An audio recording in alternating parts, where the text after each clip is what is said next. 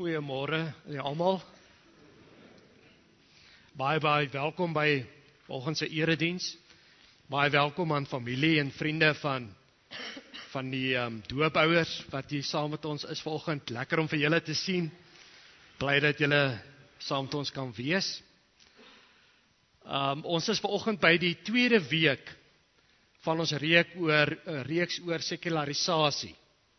En dit is 'n groot woord wat maar eintlik sê dat daar is 'n rivier in die wêreld en 'n rivier wat ons almal meesleur en saamvat en soms kom ons nie eens agter dat ons in die rivier is nie. Nou word dit verwoord met sê hulle wat in die rivier is, hulle sê, wat sê hulle? En vanoggend se tema is dan materialisme. Of ook anders gesê, hoe meer, hoe beter. Hoe meer geld ek het, hoe beter.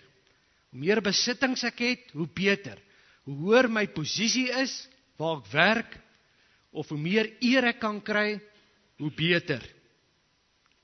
Nee, die Bybel sê, hoe minder, hoe beter. Hoe minder, hoe beter. Toe Johannes die Doper die geleentheid gekry het om meer te word en beter te word, toe het hy stroom opgeswem en toe het hy gesê, nee, Jesus moet meer word en ek minder. Hy moet belangriker word en ek minder belangrik. Kom ons bid saam. Here, U is vir ons meer werd as al die geld in die bank en al die geld in ons beursies. U is vir ons meer werd oor al die besittings wat ons het, al die sekuriteite wat ons het. U is vir ons genoeg. Om by U te wees en vir U te ken, is vir ons genoeg. Ons bid dit in Jesus se naam. Amen. Liewe vriende, ek wil julle groet in die naam van die Here. En dit is met woorde uit 1 Timoteus 6 vers 6. Daar staan, 'n verhouding met God het groot wins as iemand tevrede is met wat hy het. Kan ek dit weer sê, waarmee die Here ons seën? Daar staan, egte godsdiens, 'n verhouding met God, het groot wins as iemand tevrede is met wat hy het. En dan word daai tevrede bedoel geld, huis, werk ensovoorts. Kom ons sing nou 'n lied, 'n loflied, Vlam nommer 10. Jesus, alles gee ek U. En kom ons sing dit met oorgawe.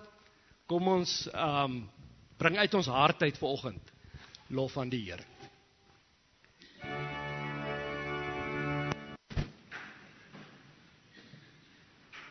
Voordat ons tema lied gaan sing, gaan ek vir ons skrifgedeelte lees. En dit kom uit Lukas 12, Lukas hoofstuk 12, vanaf vers 13.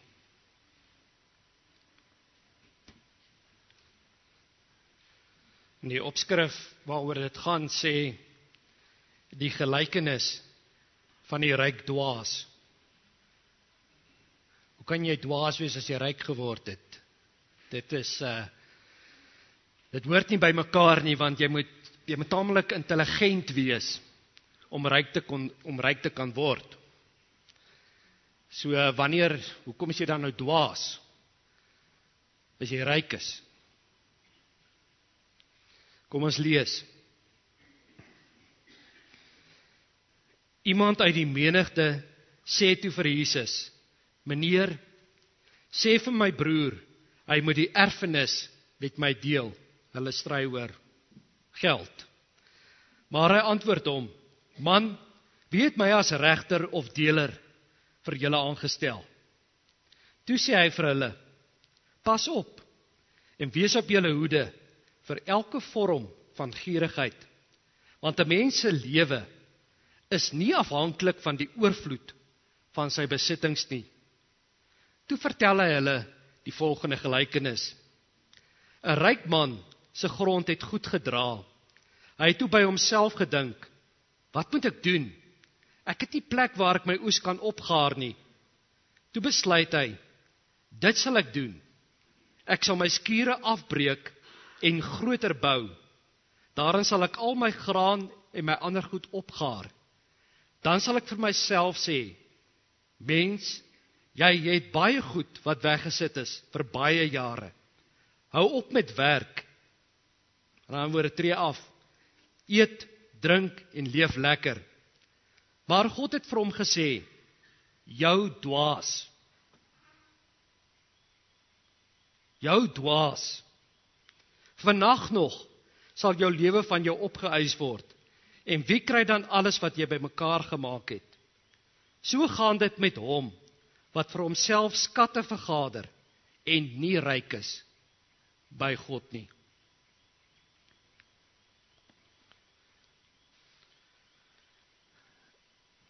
Daar is 'n dorpie met die naam Hamelin of Hamelin, ek weet nie, my Duits is nie so lekker nie. Die dorpie, kom ons sê maar Hamelin, daar in die noordweste van Duitsland. En die dorpie het bekend geword vir die storie, vir die fabel, is eintlik 'n opgemaakte storie oor die fluitspeler van Hamelin. Nou die storie kom sommer uit die vroeë middeleeue, toe 'n rotteplaag daardie dorpie getuister het. En niemand het 'n oplossing gehad vir die rotteplaag in daai dorpie nie. En toe kom die fluitspeler, en hy speel die mooiste musiek, en hy lei die rotte agter hom aan. Hy stap na die rivier toe, na die Weser rivier toe, en die rotte gaan agter hom aan, en daar verdrink hulle in die rivier. Daar is die probleem opgelos. Maar die burgemeester wou nie hierdie fluitspeler betaal nie. En toe word hierdie fluitspeler kwaad. En toe neem hy wraak. En weet julle wat doen hy toe? Hy doen toe dieselfde met die kinders van die dorp. Hy speel toe ook vir hulle op die fluit. En hulle loop agter hom aan. En ook hulle het in die Weser rivier verdrink. Hoopelik help hierdie storieetjie ons vanoggend om na te dink oor die musiek, oor die meesleurende, mooi musiek van materialisme. Van hoe beter, hoe meer, hoe beter. Nou ons almal het 'n waardeskaal waarop ons mense se waarde meet. En dit kom maar gewoonlik af op 3 vrae. Ons wil baie vinnig by mense hoor, jong, waar werk jy? As ek iemand ontmoet en ek het sy naam, dan is dit die volgende vraag. Waar werk jy? En waar bly jy?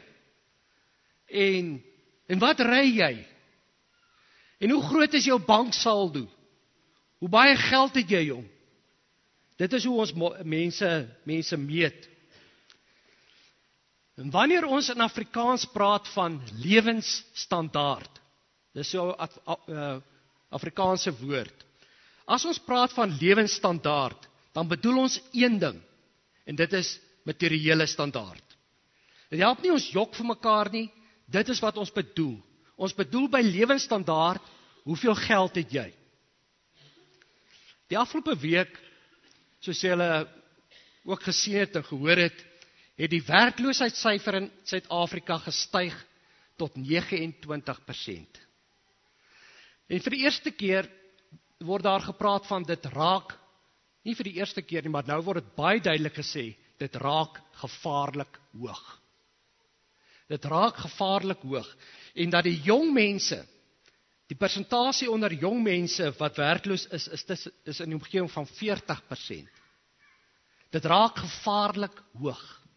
Dit beteken mense gaan ongelukkig word. Mense gaan in opstand kom. Dit is wat dit beteken. En om hierdie werkloosheidssyfer af te kan bring, moet die ekonomie groei. Nou, ek gaan my nou volgende nie ekonoom hou nie. Dit wat ek hier sê, hoor ek ook maar. So, dis dalk ook verkeerd. Maar vir die ekonomie om te groei, moet daar meer geld kom. So verstaan ek. Daar moet veral geld van die buiteland afkom, of van, weet nie van waar af nie. Maar daar moet meer geld kom, sodat daar meer geproduseer kan word, sodat mense weer meer kan koop. En dit is dan waar die advertensies inkom. 'n Goeie advertensie is nie maar net om vir jou te wys hoe iets werk nie, en wys vir jou hoe iets lyk nie. Die doel van advertensie is om ons te manipuleer. Dit is om ons te oortuig, ons het dit nodig. Al weet ons het dit nie nodig nie. Maar 'n goeie advertensie doen dit aan 'n mens. Dit oortuig jou, jy moet dit hê, al hoef jy nie eintlik nie. En so moet ons meer werk, ons moet langer ure werk, ons moet meer verdien, sodat ons kan koop, wat die advertensie vir ons eintlik die behoefte van geskep het. Nou materialisme, of hoe meer hoe beter, dit is 'n kringloop, dit is eintlik 'n wielietjie, né, vir die kinders, waarop die hamster, het julle hamsters? Julle het gelukkig nie hamsters nie. Maar die wielietjie, né, materialisme is die wielietjie, dis die kringloop wat ons insuig, en dit hou ons in sy kloue. Sommige mense sê, dit is 'n bose kringloop, want dit steel mense se skepingswaarde. Vir God het ek en jy waarde, sonder dat ons enigiets besit. Die dag toe hy ons geskaap het, het ons vir hom waarde gehad, en het ons steeds waarde. Ons hoef nie eers iets te bereik, om in God se oë waarde te hê nie. Ons hoef nie iets te word nie. Ons is vir God waardevol. Hoe meer, hoe beter, is 'n groot dief wat waardes kom steel. Waardes soos, ek is goed genoeg, dit kom steel dit. Dit kom steel vriendskappe. Dit kom steel gesonde gesinsverhoudinge.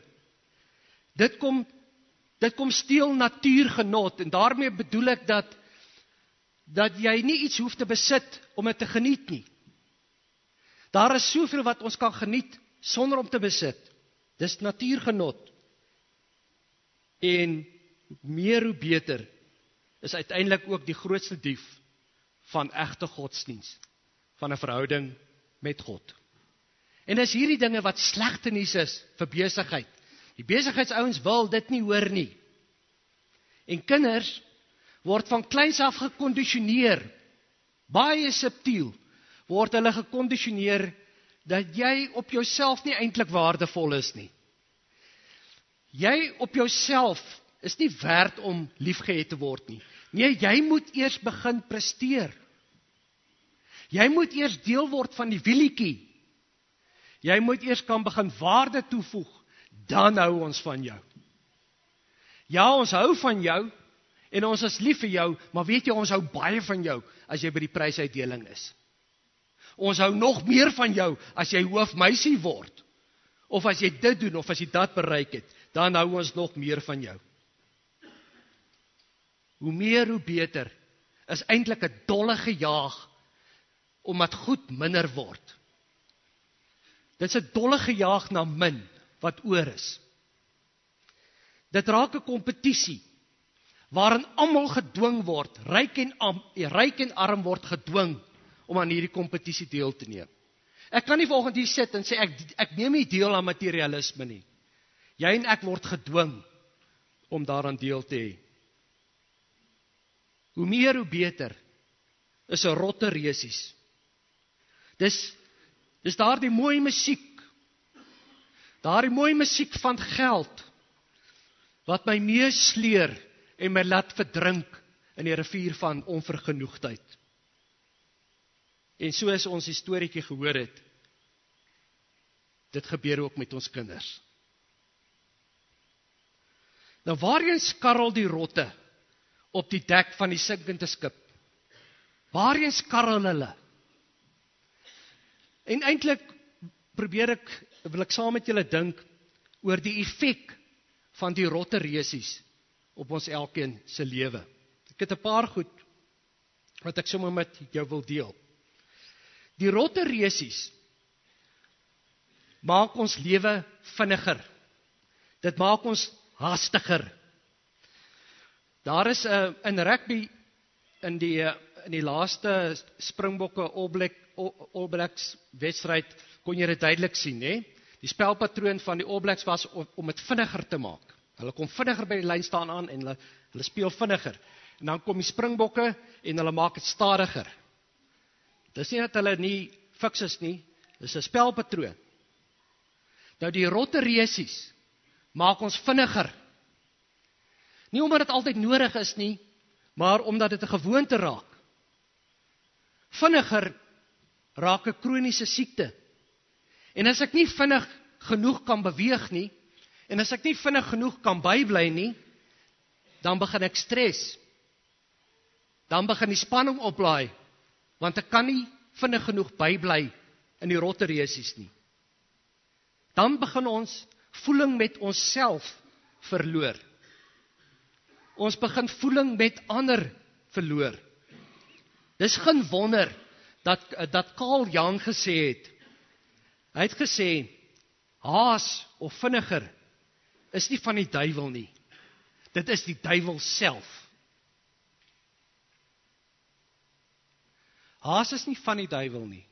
'n vinniger lewe is nie van die duiwel nie. Dit is die duiwel homself. Ek lees die verhaal van 'n student wat min geld oor gehad het en hy moet sy studies staak omdat sy pa bankrot gegaan het. Sy welafpa het bankrot geraak. En toe iemand met hom simpatiseer, met die student simpatiseer, toe het hy geantwoord en gesê, weet jy, dis goed en sleg. Hierdie het voordele en nadele.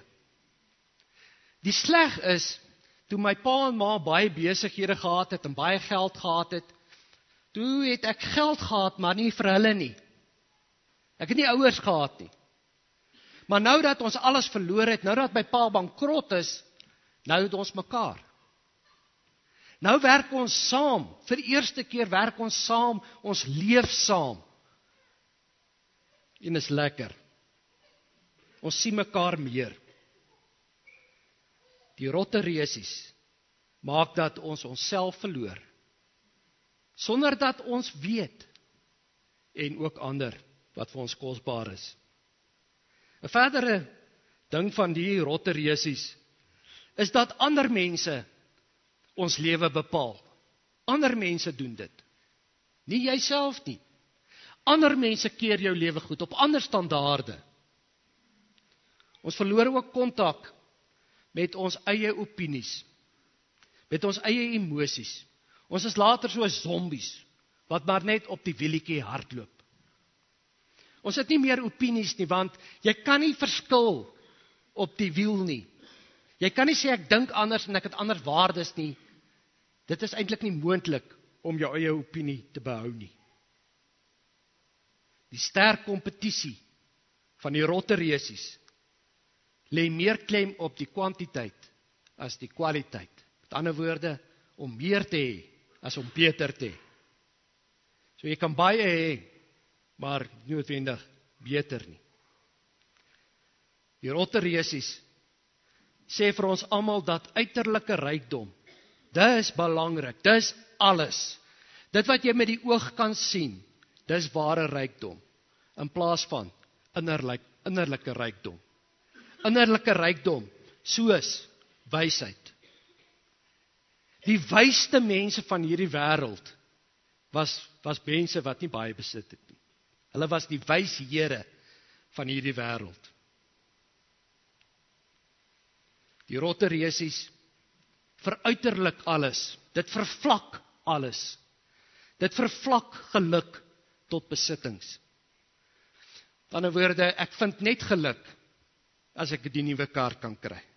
Of ek vind net geluk as ek in hierdie huis of hierdie klere kan dra. Dit vervlak geluk. Geluk wat 'n innerlike ding is, 'n geluk wat 'n hartsaak is, word vervlak deur die rotte resies. Dit kompliseer ons lewe. Dit maak dat ons minder lojaal is.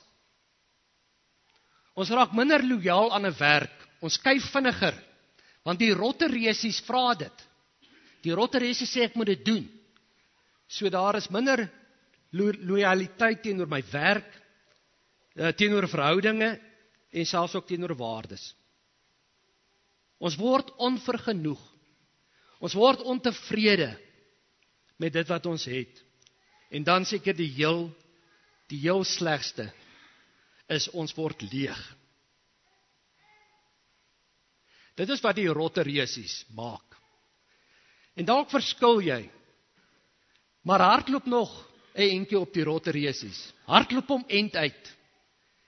En gaan voel of dit vol is en of dit leeg is. Die rotteresies van materialisme, van meer is beter, maak ons leeg. Nou, hoe kom 'n mens uit hierdie rotteresies? Dit gebeur nie oornag nie. Dit gebeur nie sommer net so nie. Want materialisme is 'n mag. Dit is 'n mag wat mense hou. Dit is 'n sterk mag. Dit is 'n mag wat nie oornag gebreek word nie. Dit word stelselmatig afgebreek. Ons skrifgedeelte van die ryk dwaas, dink ek help vir ons om uit hierdie rotteresies te kom. En ek het 'n paar goed wat ek sommer met skyfies gedagtes met julle wil deel oor hoe kan ek klaar maak? Hoe kan ek stelselmatig uit hierdie rotteresies kom? Die eerste is, begin 'n alternatiewe leefstyl met ander waardes. Jy sal moet stroom opgaan. Jy sal moet gaan teen wat die meerderheid vra. Dit sal vra dat jy in 'n ander rigting sal moet begin lewe. In God se rigting.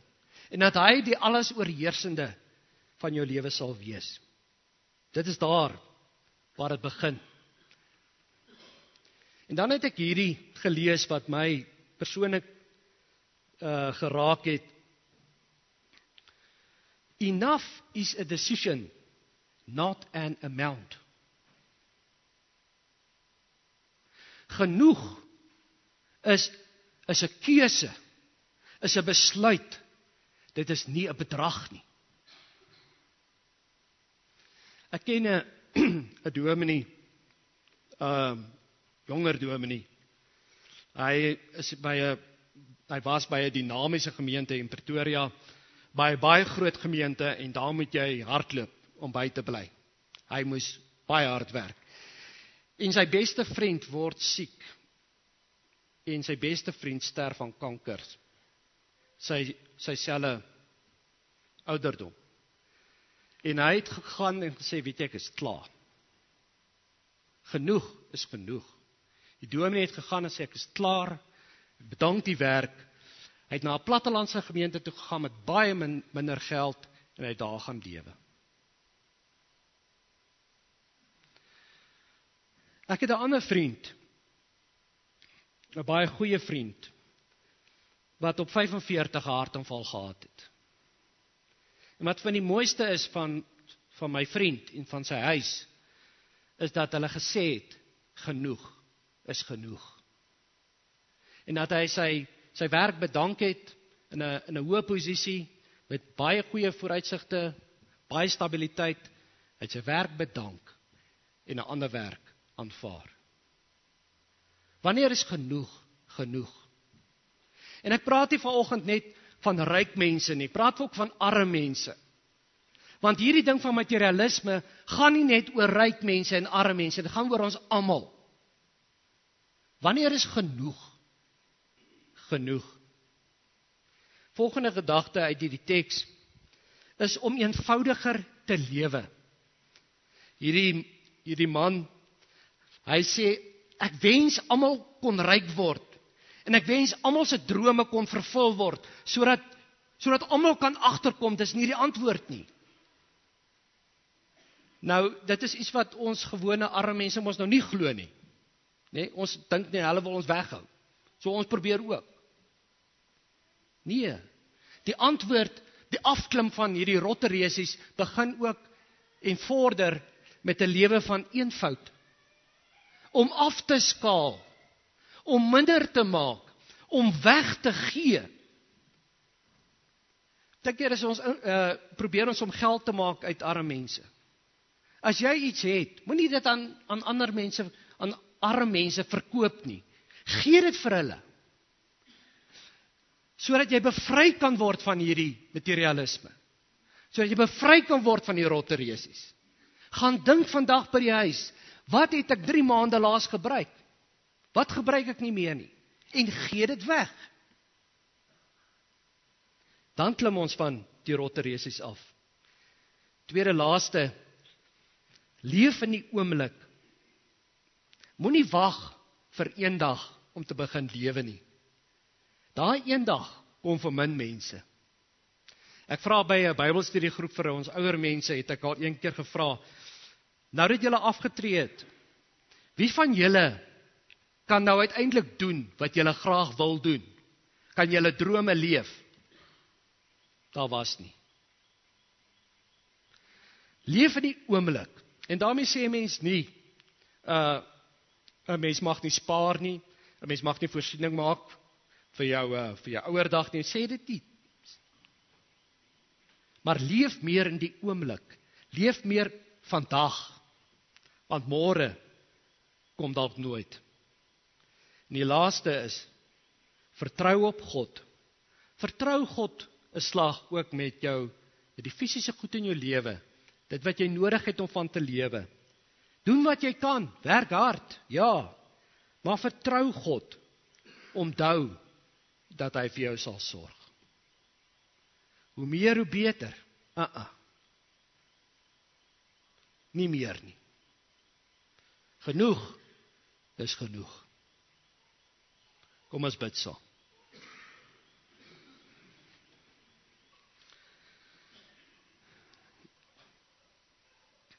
Here, ons sit hier in die kerk en ons wag vir môre. Ons wag dat die rotteresies weer gaan begin. En ons weet ons gaan daar moet wees. Ons weet ons gaan moet opklim en saam gaan. Here, help vir ons om stelselmatig in 'n ander rigting te begin swem. In 'n ander rigting te begin leef. Help vir ons om te besluit oor genoeg. En nie somme te maak oor genoeg nie. Help ons om U te vertrou. Here, dit is vir ons moeilik om U blindelings te vertrou. Want ons het altyd ons eie planne gereed, vir as U dalk nie sou kon help nie. Vir as U dalk vergeet om te help. Vergewe ons dit. Help ons om op U te vertrou. Help ons om vandag te lewe. Om vandag hierdie dag aan te gryp as 'n gawe uit U hand en dit te geniet. Ons bid dit in Jesus se naam. Amen. Ons gaan nou ons gaan nou 'n seentjie en 'n dogtertjie doop. Hierdie kinders is bevoorreg om gebore te word in die huise waarin hulle is. Hulle is uiters bevoorreg. Ek wens so. Ander kinders kon in sulke huise gebore word. Toe ons gesing het van Here seën die kinders van Afrika, het ek so in my hart gewens, hulle sou iets kon hê van hierdie 2 babietjies wat vanoggend gedoop word. Wat 'n geweldige voorreg. Ek het gedink om vanoggend vir julle hierdie te wys oor die betekenis van die doop. So ek gaan nou nie die formulier lees nie, maar om saam te kyk na hierdie foto en na hierdie babietjie. Hoe die mamma die babietjie vashou, maar dat daar ander hande is wat die babietjie verbind aan die woord, aan God self. Daardie verbintenis kom van God. Dis maar hoe ek nou die prentjie interpreteer. Van julle sal kan sê, nee, dis die pa se hande, dit is ook goed. Maar die pa se hande behoort uiteindelik God se hande te wees, wat kinders aan God verbind. En dit kom van God af. Die wol kom van God af. Dis God wat in die doop ons aan hom verbind. Hy maak ons vas aan hom vir altyd. Dit nie treffend nie. Ek wil nou vra dat Andrei en Tanya Labeskagni, dat julle hier voor sal kom staan, en Benjamin en Jolandi van Staden, dat julle hier voor sal kom staan asseblief.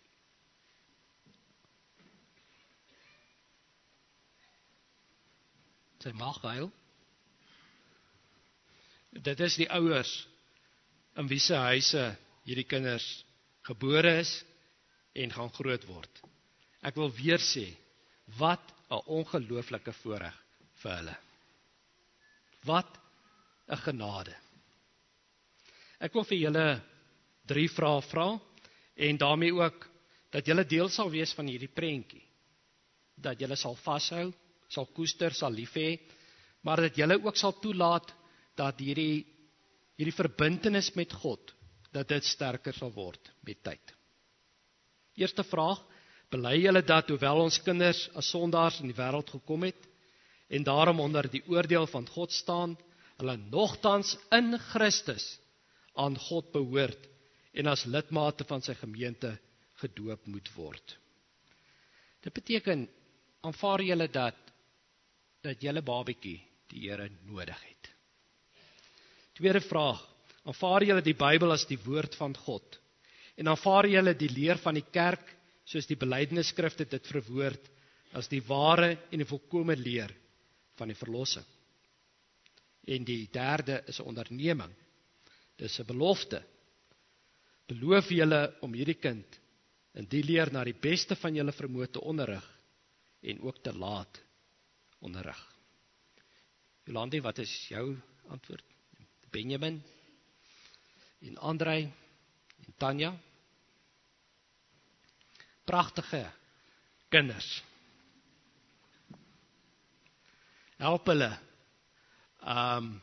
om nie op die rotteresies, deel van die rotteresies te wees nie. Help hulle om hulle waarde te ontdek in God. Dat hulle sommer van nou af sal weet, hulle is goed genoeg, sonder dat hulle enigiets doen. Ek wil vra dat hulle ingebring word, dat Waldo ingebring sal word, en Daniel asseblief. Dankie julle.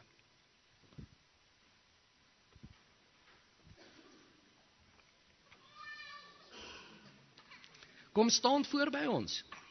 Ja, jy mag. Daniel, jy mag huil. Ja, dit is jou doop. Niemand anders nie, joune, jy mag huil. Ek wil vra dat Waldo sal nader bring. Liewe Waldo van Staden, ek doop jou in die naam van die Vader, en van die Seun, en van die Heilige Gees. Ja, is nie lekker nie.